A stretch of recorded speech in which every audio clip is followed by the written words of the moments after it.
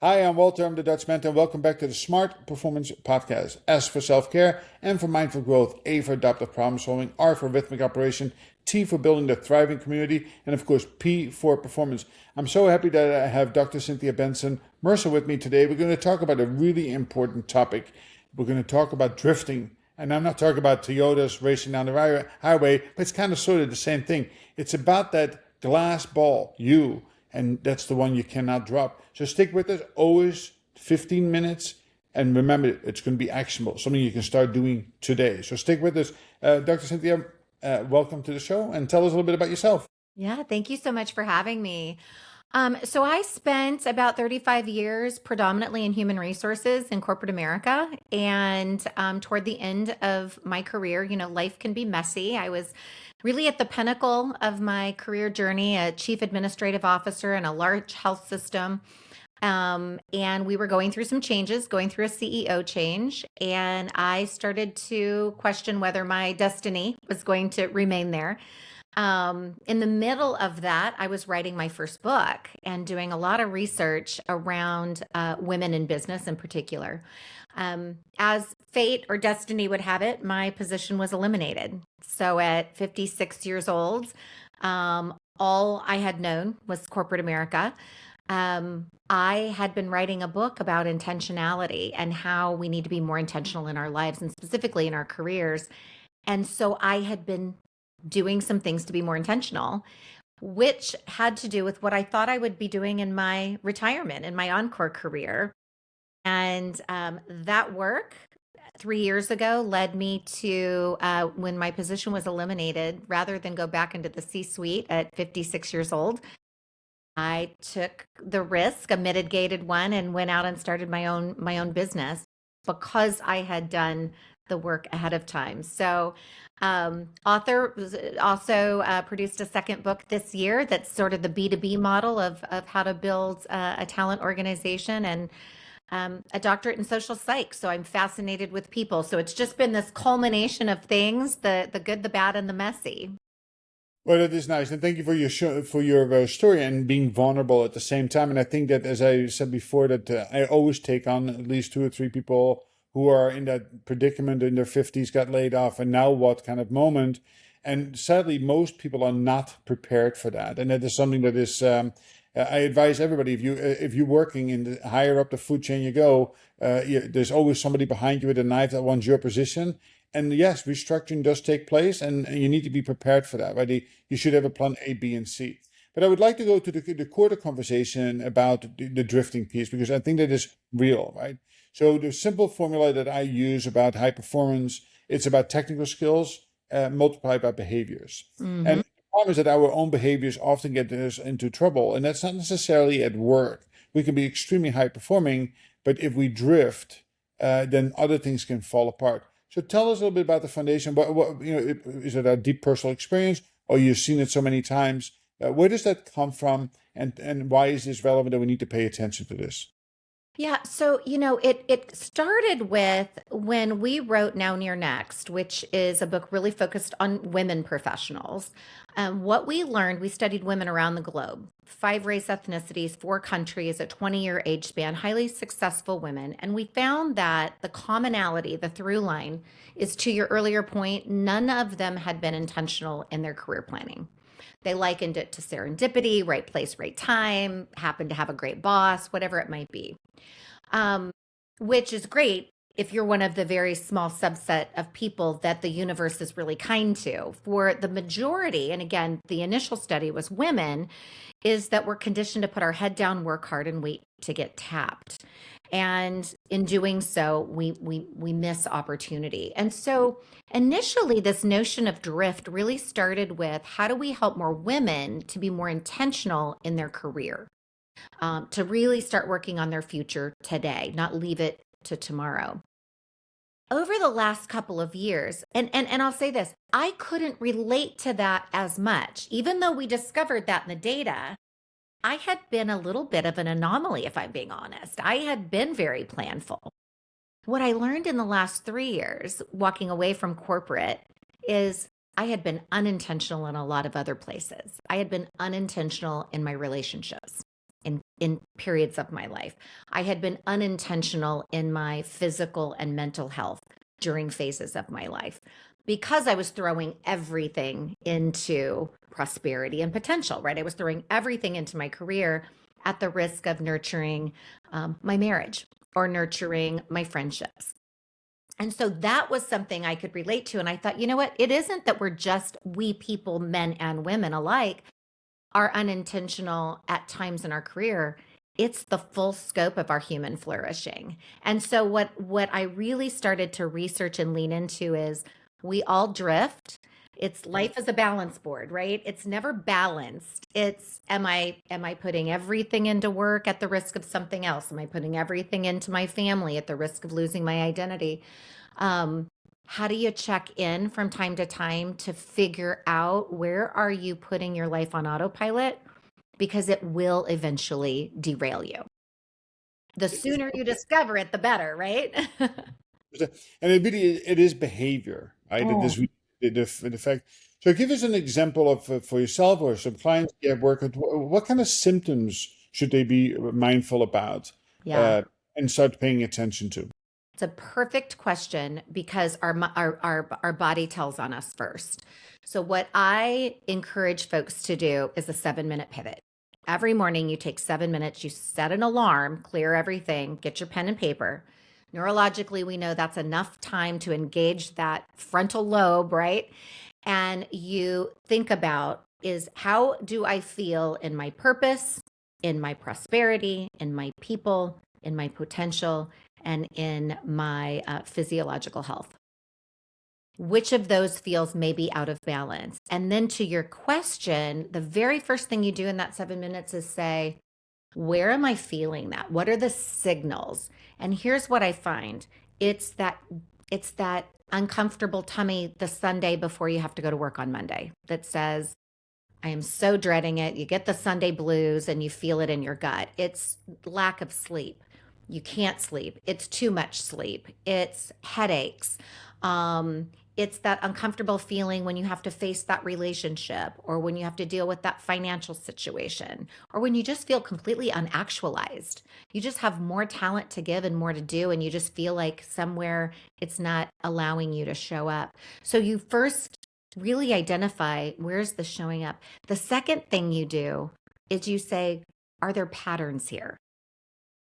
Is this just right now? Is it just this week? Have I been feeling this over and over again? Has this been going on for a while? So you sort of pull back and start to see this accumulation of things that maybe you've been ignoring. And then here's where the magic happens. And I know you'll appreciate this, and so will your listener, because you guys are about action, right? You pick one small thing to do today, not tomorrow, not a month from now, today. One small thing, make it small enough that you'll do it to move yourself in a slightly different direction that you're controlling, not allowing the universe or the headwinds to propel you forward. So start with feeling those signals that your body tells on you. Look for patterns and then make a decision. Solid advice, and I think that people sometimes get distracted by wanting to do five, six, or seven Yes. things. And again, the stats show us, right, both in business and in personal, that 70-80% of the time you come up way short of expectations, or you don't even start because you are not prioritizing. My slogan for my business is, in just 15 minutes per day, you too can be the leader you always wanted to have, or the leader that your team needs to thrive under. And people say 15 minutes. Yeah, just think about the amount of noise that is so incredibly disruptive in our lives. You working 15 minutes in isolation, you can do a lot more than hours worth of time focusing on nothing. In other words, having a to-do list rather than having a priority list. So to make it even to dive a little deeper, give me one example of something that is actionable that people can actually do. So, for example, I had somebody on a couple of weeks ago. We did some breathing exercises. Yes. What is something else that people can do, actually physically do, and kind of take to heart? That is a great way to get started. Yeah. So it's all about the discipline of direction, right? It's we leave our life and various parts of our life to drift in three ways. Sometimes it is unconscious. I'm just not thinking about it. I'm ignoring the signals. I'm ignoring the signs until I'm in the hospital with, an ulcer or what have you. Sometimes it's avoidant. I see it, but I really don't want to deal with it. I was personally in a toxic relationship for about 5 years, and I got my PhD. So instead of dealing with the toxic relationship, I avoided that, and I threw all of my time and energy into academics, right? And a job. Now I'm happy that I got the PhD, but I don't get those 5 years of my life back either. So avoidant. And then the other is incremental. It's where every time something happens, we sort of address it, think it's over with, and move on. And then it happens again. And that's why pulling back and looking for patterns is so important. So the one small thing could be anything from, I'm going to update my resume. I'm going to update my LinkedIn profile. I'm going to make that phone call that I've been avoiding. I'm going to spend time meditating because I need to get back to my sense of purpose. I'm going to not eat the cake or grab the bottle of wine tonight after work. I'm going to go on a walk. So, for some people, they've been putting off their physical and mental health, and they realize that the pants keep getting a little tighter, but they just sort of keep ignoring it. And it's like, you know what? I'm just not feeling good. I'm not feeling good in my skin. What's one tiny thing I can do today? I'm going to make a healthy choice at lunch. To your earlier point, we think we have to overhaul our entire life. And that's why I think oftentimes we avoid it. It's because it seems so big and scary and difficult, instead of just saying one tiny choice every single day completely changes the trajectory of where you're going. So I think that the important takeaway is, where is your life on cruise control? What dimension of your life is on cruise control? How is that feeling to you? What's the pattern? And then there's a small thing, a micro movement. So I love it. Thank you. One of the things is that, Brene Brown, and you might be familiar with her. Yeah. She's a famous line I use often, that you do not need to go at it alone. Yes. Get people who feel confused and not quite sure what they are. And it's so funny that you said that you're avoidant. That's my Default. the negative side, but I'm an avoidant, dismissive, avoidant. When it gets hot in the kitchen, especially, I tend to move. And looking back upon it, it's so funny because it got hot in the kitchen. My father, when I was 18 years old, says, "Screw you! I'll fix you up. I'll move to America." And but in the meantime, I really who I screwed was my mom, right? Because I loved her. Yes. It is so funny. But so we learn these lessons over time. Talk a little bit about the importance of not doing this alone. Yeah. So I think that's the other thing, is that's why people like you and I spend our life's work coaching others. Coaches need coaches. If you think about the fact that there's accountability when you're not doing it alone, so you've got somebody else who's holding you accountable. We know statistically that when you tell somebody that you're going to go on a diet or start to look for work or whatnot, now it's out there. So now somebody knows, and we hold ourselves to higher accountability when we have a partner. The other thing is it's validating. These are not drift is what happens very often to very high performers, achievers, because we're not quitters, right? We stay longer sometimes than we should because we're not quitters, and we're going to keep showing up, and we're going to muscle through the very thing that maybe we should be moving away from. And so it's not failure. It's really just a natural experience that happens, but having a collaboration partner, not going it alone, can also help you realize, A, that it's not failure and giving yourself grace, and B, helping you come up with a new path. What is the small micro movement? Sometimes we just feel paralyzed, and somebody else can say, what if you just did this little thing? Would that move you in a new direction? And momentum and kinetic energy, once we start moving, we keep going. I think the important last thing I want to say about that too is, a lot of times people say, I'm stuck. I'm stuck in this marriage. I'm stuck in this financial hole. I'm stuck in this job. As human beings with energy and time and motion, stuck does not mean not moving. We think it does. But as I mentioned, being in a relationship for 5 years, time moved on. I got 5 years older. I don't get that time back, right? So whether it's you're staying in the job or staying in the relationship or avoiding a conflict, you're still moving forward. You're just not moving in a direction that you're choosing. I think that's so important for people to not only update their resume or their CV, their LinkedIn profile, but I encourage my clients and people in general to go back and revisit your why. Because as you get older, right, it is you have to change your why sometimes because of physical limitations. I love being a paramedic and a flight paramedic. I did that in the background always, as even in the years I worked in this, in the healthcare administration, because I love taking care of patients. Well, at some point in time, my body says, no, I can't do that anymore. I need to shift that, right? So I became a helicopter pilot and fly, and do something completely different. But you owe it to yourself to revisit these moments in time that when things, let me do a quick check. Am I still connected to my 4 Ps, my purpose, passion, to the people and process I work with? And if not, then you need to start creating that new pathway. And yes, time is the only thing that you'll never get back. And relationships, of course, are a critically important part of your success because you're not going at it alone per se. All right, tell us a little, where can we find you? How can they get in touch with you? And of course, I see your books behind you. Where can they pick up a copy of those? Yeah, thank you for asking. So on all the socials, it's Dr. Cynthia Benson-Mersa, but that's a mouthful. My website is probably the easiest. It's dr-cynthia.com. So dr-cynthia.com.